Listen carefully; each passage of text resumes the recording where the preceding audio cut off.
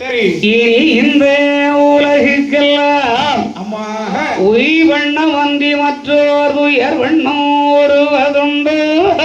சரி மை வண்ண தரைகி போரில் மலை வண்ண தன்னலே உந்தல். அம்மா கை வண்ணம் அங்கு கண்டேன் ராமாவும் கால் வண்ணம் இங்கு கண்டேன்.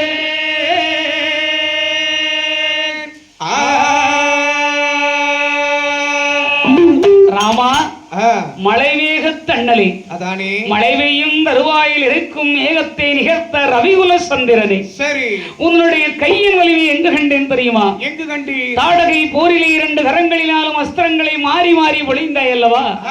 அப்போது உன் கைவண்ணம் அங்கு கண்டேன். சரி உன் செந்தாமரை பாதத்தின் உன்னத மகிமையை இந்த காசு வராத கருங்கல்லில் கண்டேன் ராமா. அதானே என்ன அழகு! அடடடடட உன்னுடைய பெருமையே பெருமை, கண்டிப்பாக இன்னும் போக போக இருக்கின்றது. உன்னுடைய அரும பெருமைகள் எல்லாம் இருக்கின்றது. ஆனால் இந்த பெண் யார் என்று தெரிய வேண்டும். ஆமா, இந்த பெண் யார் என்று அறிந்தே ஆக வேண்டும். ஐயா, என்ன இந்த பெண்ணானவள் கல்லாக இருந்து பெண்ணாக வர வேண்டிய காரணம் என்ன தெரியுமா? என்ன காரணம்? இந்த அம்மாவுக்கு ஏற்கனவே கல்யாணம் ஆகிடுச்சு.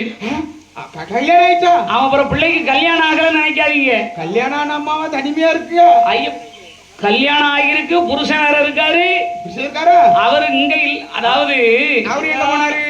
எங்க போனாருன்னா கணவன் மனைவி 2 பேர்களுக்கும் கருத்து வேறுபாடுல புரிஞ்சிட்டாங்க. கருத்து வேறுபாடு கொண்ட கொள்கையில் மாறுபாடு.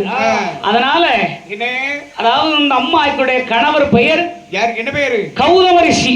ஓ, ரிஷி பத்தினி. ஆமா, ரிஷி பத்தினி. சரி, அப்படிப்பட்ட இந்த கௌதம ரிஷியானவர் ஒரு நாள் எங்கே வருகின்றார்? எங்கே வருகின்றார்? இந்த அகலி என்று சொல்லக்கூடிய பெண்ணானவள் ஆக ஆவி வள்ராமா அந்த